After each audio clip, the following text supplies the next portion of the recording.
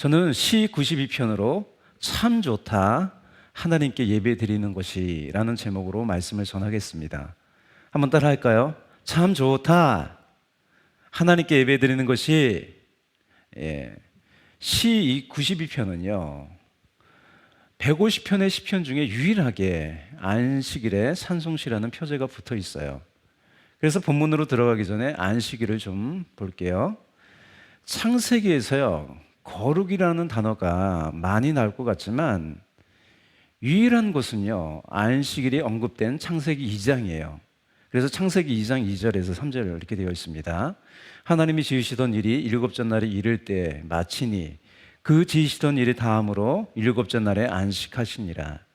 하나님의 일곱째 날을 복주사 거룩하게 하셨으니 이는 하나님이 그 창조하시며 만드시던 모든 일을 마치시고 이날에 안식하셨음이더라. 이 안식이라는 말은 쉼이라는 의미가 있고요, 또 그치다, 중지하다, 중단하다는 의미가 있어요. 하나님은 이스라엘과 언약을 맺으면서 제4계명의 안식일의 계명, 그 명령을 주셨어요. 이 안식일은요 복된 날이에요. 안식일에 모든 일을 중지하고 하나님을 기억하는 날이에요. 하나님과 함께 보내는 시간에 참된 쉼이 있어요. 그래서 주일날 예배드리지 않고 어디로 가든지 그곳엔 참된 쉼이 없습니다. 하나님은 이렇게 명령하세요. 출애굽기 20장 10절입니다. 너나 내 아들이나 내 딸이나 내 남종이나 내 여종이나 내 육축이나 내 문 안에 유하는 객이라도 아무 일도 하지 말라. 여러분, 인간은 생존을 위해서 일해야 합니다. 하나님께서도요 땀을 흘려야 먹을 것을 먹는다고 하셨어요. 인류는요 이 공동생활을 하기 위해서 사회 시스템을 만들었어요. 이 사회 시스템은요 나는 누군가에게 종속되고요 나는 누군가를 종속합니다. 이 안식일의 이 계명은요 하나님을 기억하면서 그 종속관계에서 벗어나 하나님 안에서 나라는 존재가 어떤 존재인지 다시 생각하는 날이에요. 구약시대의 이 안식일은요 쉬는 날만이 아니었어요. 중단한 날만이 아니었어요. 하나님을 기억하고 예배하기 위해 성회로 모였습니다. 레위기 23장 3절입니다. 엿새 동안은 일할 것이요 일곱째 날은 쉴 안식일이니 성회, 거룩한 모임이죠. 성회의 날이라. 안식일 날 그들은 모여서 하나님의 말씀, 그 율법을 듣고 묵상했어요. 이스라엘에게 주셨던 안식일 계명은요 예수님이 오신 신약 시대에도요 여전히 유효합니다. 성회는 오늘날에 예수님이 부활하신 날, 그 안식 후 첫날이죠. 안식 후 첫날에 함께 모여서 드리는 주일 예배예요. 여러분, 안식일의 주체, 주인은 누구신가요? 예수님이세요. 이 안식일의 주인 되시는 예수님은 이렇게 말씀하세요. 마태복음 11장 28절 29절 수고하고 무거운 짐진 자들아 다 내게로 오라 내가 너희를 쉬게 하리라. 예수님이 쉬게 하시겠다는 거예요. 나는 마음이 온유하고 겸손하니 나의 멍에를 베고 내게 배우라. 그러면 너희 마음이 쉼을 얻으리니. 참된 안식은요 안식일의 주체가 되는 예수님 안에서 누리는 거예요. 다른 곳에서 참된 안식을 누릴 수 없어요. 그래서 오늘 이 시간에는 시편 29편에 왜 안식일에 찬송시라는 표제가 붙었는지, 또 예배를 통해서 시인이 무엇을 경험하고 있는지, 예배가 왜 제일 좋은 곳인지 살펴보도록 하겠습니다. 첫 번째로요, 예배 가운데 지존하신 하나님을 만나고 참된 기쁨을 누리며 산다는 거예요. 일단 한글 성경에서 특이한 것은요 이런 경우가 거의 없는데 1절에서 3절을 절 구분 없이 묶어 놓았어요. 1절, 3절이요 나눌 수 없는 문장이라는 거예요. 또 원문에도 그렇게 되어 있어요. 그리고 중요한 것은 뭐냐면 히브리 원문에서 제일 먼저 나오는 단어는 토부예요. 토부. 좋다, 선하다, 아름답다 라는 뜻을 간 토부예요. 영어로 하면 굿이죠. 굿. 좋다는 거예요. 좋다의 반대말은 뭐죠? 나쁨이죠. 하나님이 세상과 사람을 만드시고 힘이 좋다고 하셨어요. 터부하셨어요. 하나님 만드신 세상은 참 좋습니다. 그래서 1절과 3절을 원문의 순서대로 직역하면 다음과 같아요. 1. 좋다. 가장 높으신 하나님, 주님께 감사드리며 주님의 이름을 노래하는 것이. 두 번째로요. 아침에 베푸시는 주님의 사랑과 밤마다 베푸시는 주님의 성실하심을 선포하는 일이. 3. 열줄 현악기와 검문고를 타며 수군 가르게 맞춰서 노래하는 것이. 이것이 무엇보다 좋다는 거예요. 좋다. 1절과 3절은 한마디로 예배예요, 예배. 왜 많은 것 중에서 예배 드리는 것이 가장 귀하고 존하고 선하고 아름답습니까? 1절에서 말하는 것과 같이요. 지존하신 하나님, 그 가장 높으신 하나님을 만나는 시간이기 때문이에요. 가장 높으신 하나님을 만난다는 것이 우리에게는 큰 영광입니다. 우리에게 또 제일 소중한 시간이에요. 우리는 그 시간에 감사드리고 찬양을 드리며 기뻐하는 거예요. 여러분, 예배 시간은 기쁜 시간입니다. 하나님 만나는 시간.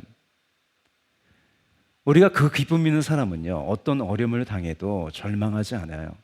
왜냐하면 세상이 주는 기쁨과 차원이 다른 평안을 누리기 때문이에요.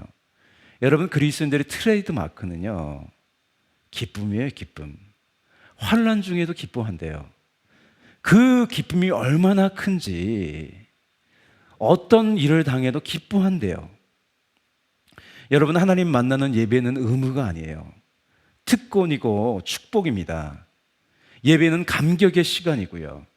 내가 새롭게 되는 생명의 시간입니다.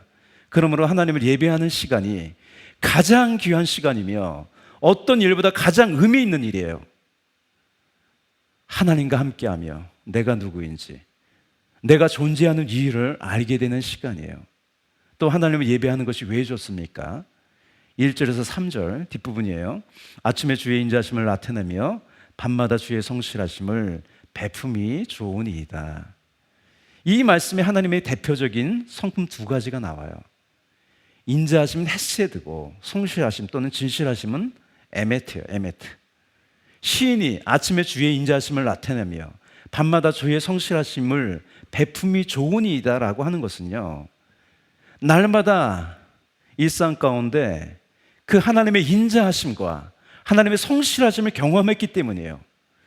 마찬가지로 예배자로 사는 우리는요, 하나님의 인자와 진실이 따르는 인생입니다. 여러분, 하나님을 예배함으로 하루를 시작하시고요, 주님과 동행하는 가운데 하루를 마치고 감사하면서 평안히 잠자리에 들어가십시오. 이런 사람에게는요, 스트레스가 없어요. 하나님께 감사드리며 평안한 마음으로 눈을 감을 수 있는 거예요. 불면증이요? 웬 불면증이에요? 할렐루야. 1절과 3절의 결론이에요. 좋습니다. 열줄 현악기와 검은고를 타며 수군 가락에 맞춰서 노래하는 것이. 이 모습은 하나님을 온 마음 다해 정성스럽게 예배하겠다는 거예요. 왜요? 예배는 소중하니까요. 이사야 43장은 예수 그리스도로 말미암아 악을 선으로 바꾸시는 모습이 드러나 있어요. 이사야 43장 18절에서 21절이에요. 너희는 이전 일을 기억하지 말며 옛적 일을 생각하지 말라.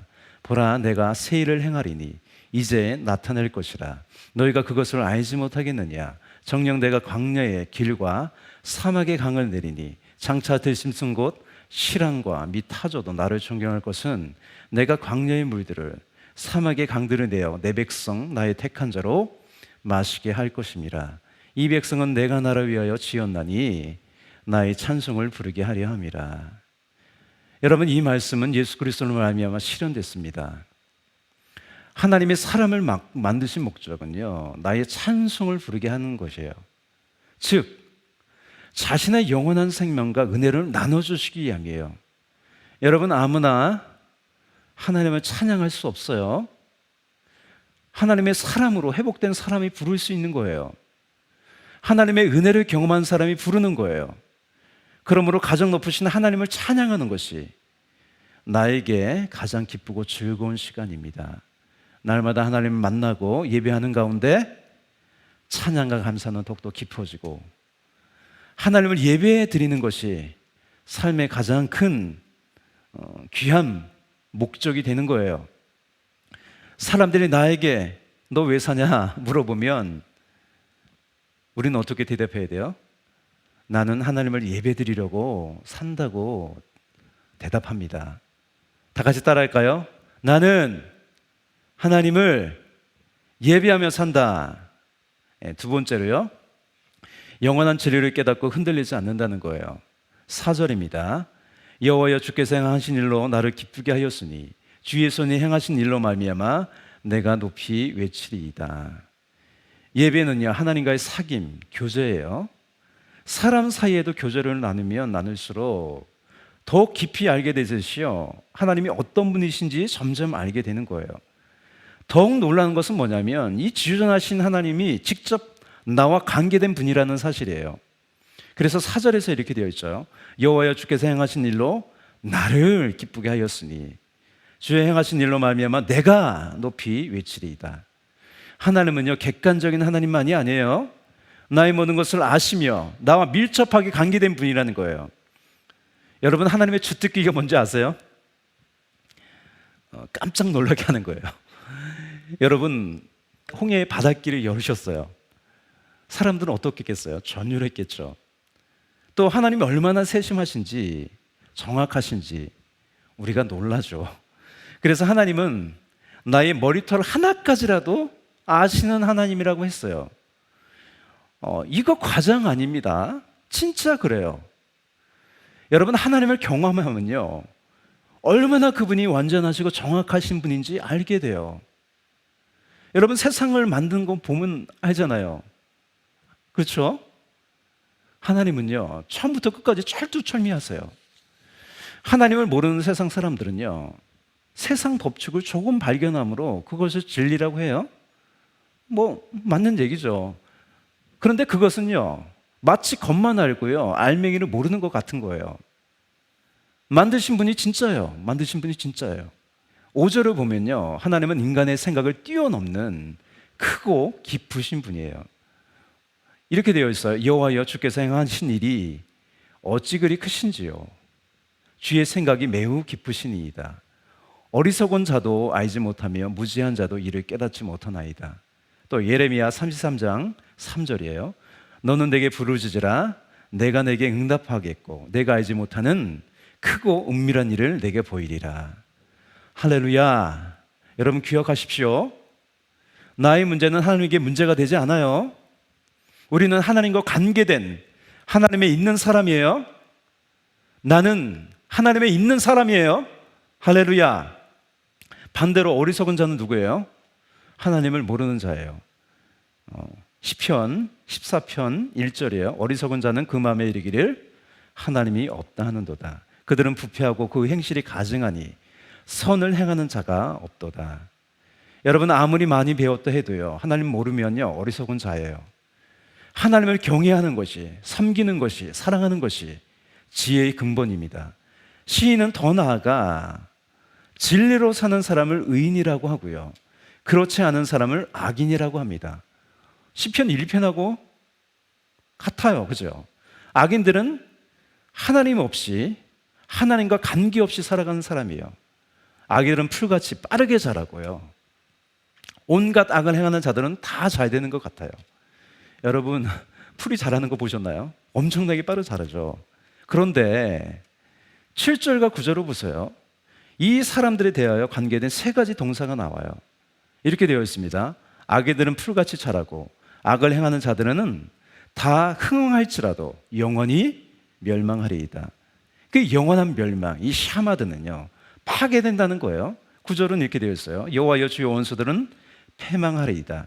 정령 주의 원수들은 패망하리니 죄악을 행하는 자들은 다 흩어지리이다. 이 패망은 소멸하고 사라지는 거예요. 잃어버리는 거예요. 이 흩어진다는 건 뭐냐면 나눈다는 거고 산산조각 난다는 거예요. 이어서 의인들은요, 어떤지 12절에서 15절에 설명되어 있어요. 여러분, 누가 의인이죠? 1절에서 3절처럼 늘 하나님을 예배하며 사는 사람입니다. 우리 12절부터 15절을 우리 다 함께 읽겠습니다. 의인은 종려나무같이 번성하며 레바논의 백평역같이 성장하리로다. 이는 여호와의 집에 심겼음이요. 할렐루야. 우리 하나님의 뜰 안에서 번성하리로다. 그는 늙어도 여전히 결실하며 진액이 풍족하고 빛이 청청하니 여호와의 정직하심과 나의 바위 되신가 그에게는 불의가 없음이 선포되리로다. 할렐루야. 예배 가운데 우리가 들려오는 것은요, 하나님 말씀 진리예요. 우리가 기도할 때 하나님께서 응답하세요. 무엇으로 응답하시나요? 하나님 말씀으로 우리에게 응답하세요. 예배하며 사는 의인들의 특징이 뭐냐면 진리로 살아가요. 그래서요, 흔들리지 않고 변하지 않고 쇠하지 않는 그런 영원성을 가지고 있는 거예요. 여러분, 조용기 목사님께서 계속해서 강조하시고 말씀하신 구절이 있어요. 어디예요? 요한 3서 2절이에요. 사랑하는 자여, 내 영혼이 잘된 같이 내가 범사에 잘되고 강건하기를 내가 간구하노라. 그런데 이 다음 구절이 중요해요. 어떻게 우리는 이런 영혼이 잘된 것 같이 범사에 잘되고 강건한 인생을 살 수 있을까요? 다음 구절이 중요해요. 형제들아 와서 내게 있는 진리를 증거하되 내가 진리 안에서 행한다 하니 내가 심히 기뻐하노라. 내가 내 자녀들이 진리 안에서 행한다 함을 듣는 것보다 더 즐거움이 없도다. 영혼이 잘된 것 같이 범사가 잘되고 강건한데 어떻게 영혼이 잘될 수 있어요? 하나님을 만나는 예배밖에 없어요. 할렐루야. 영혼이 잘 되는 건요, 어떻게 가능하냐면 예배밖에 없다는 거예요. 하나님을 만나면 어떻게 돼요? 하나님의 은혜와 진리로 충만하게 되는 거예요. 그래서 영혼이 잘 된다는 것은 뭐냐면 하나님의 은혜 가운데 말씀을 따라 진리를 따라 산다는 거예요. 할렐루야. 여러분, 아가페, 그 영원한 사랑으로 사는 삶은 무엇이죠? 고린도전서 13장 6절에서 7절이에요. 진리와 함께 기뻐하고, 이게 핵심 말씀이에요. 사랑은 뭐예요? 진리와 함께 기뻐하는 거예요.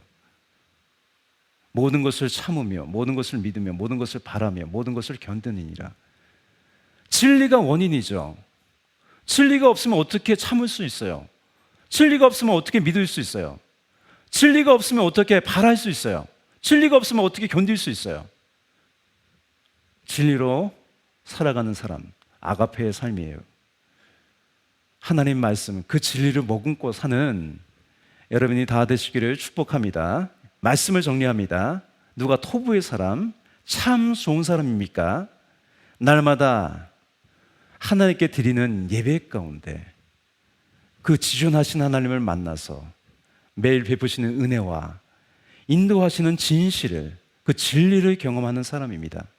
하나님은 절대 선이에요. 악을 선으로 바꾸시는 분이에요. 원수들의 목전에서 밥상을 차려주시는 분이에요. 비록 악인들이 흥황하고 번성하고 떵떵거리며 살아도요, 부러워하거나 낭망하지 않아요.